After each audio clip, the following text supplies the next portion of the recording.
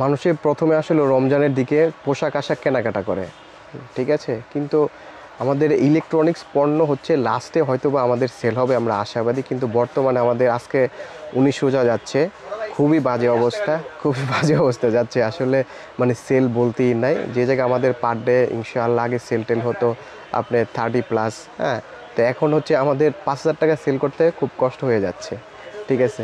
তো আমরা আশাবাদী হয়তোবা যে 25-এর পর আমাদের সেলটা একটু বাড়বে ইনশাআল্লাহ, এটাই আমরা এই আশায় আসলে বসে আছি, এছাড়া আমাদের আর কিছু করার নেই। তারপর সর্বোপরি আসলে আগের মতো কাস্টমার নেই বললেই চলে, হ্যাঁ, যে জায়গায় আগে মানুষের একটা যে আনাগোনা ছিল, এখন ওই ধরনের আনাগোনাটা মার্কেটেও নেই, হ্যাঁ। পুরো আমাদের মার্কেটটা নিচতলা থেকে 5তলা পর্যন্ত পুরোটাই ফাঁকাই থাকে ম্যাক্সিমাম সময়, হ্যাঁ।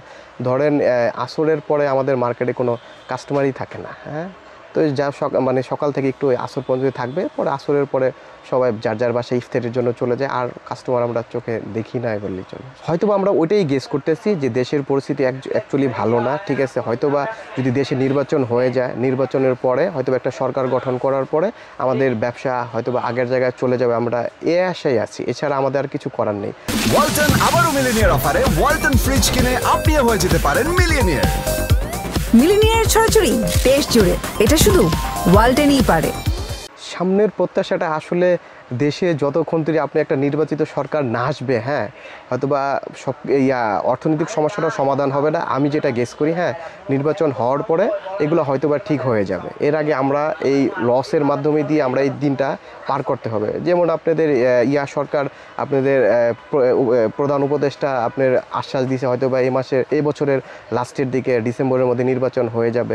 তো আমরা চিন্তা করি এই বছর হয়তোবা আমরা পুরোটাই লসের মধ্যেই থাকবো, হয়তোবা সামনের বছর 26 থেকে হয়তোবা আমরা ভালোভাবে ব্যবসা বাণিজ্য চালায় যেতে পারবো, এই আশায় আমরা আছি। মেয়ের জন্য কিনেছি, ওয়াইফের জন্য, আম্মার জন্য, হ্যাঁ, মোটামুটি ফ্যামিলির বোনদের জন্য, হ্যাঁ, ভাগ্নিদের জন্য, ভাগনার জন্য, মোটামুটি শেষ করছি। বেশি আরও বাকি আছে, ঠিক আছে, আরও কিছু বাকি আছে। কেনাকাটা আসলে ওইভাবে করা হয়নি, এভাবে সব বছর যেভাবে করি আসলে ওইভাবে এবছর করাই হয়নি, কারণ এবছর ব্যবসা বাণিজ্য ভালো না আমাদের, হ্যাঁ।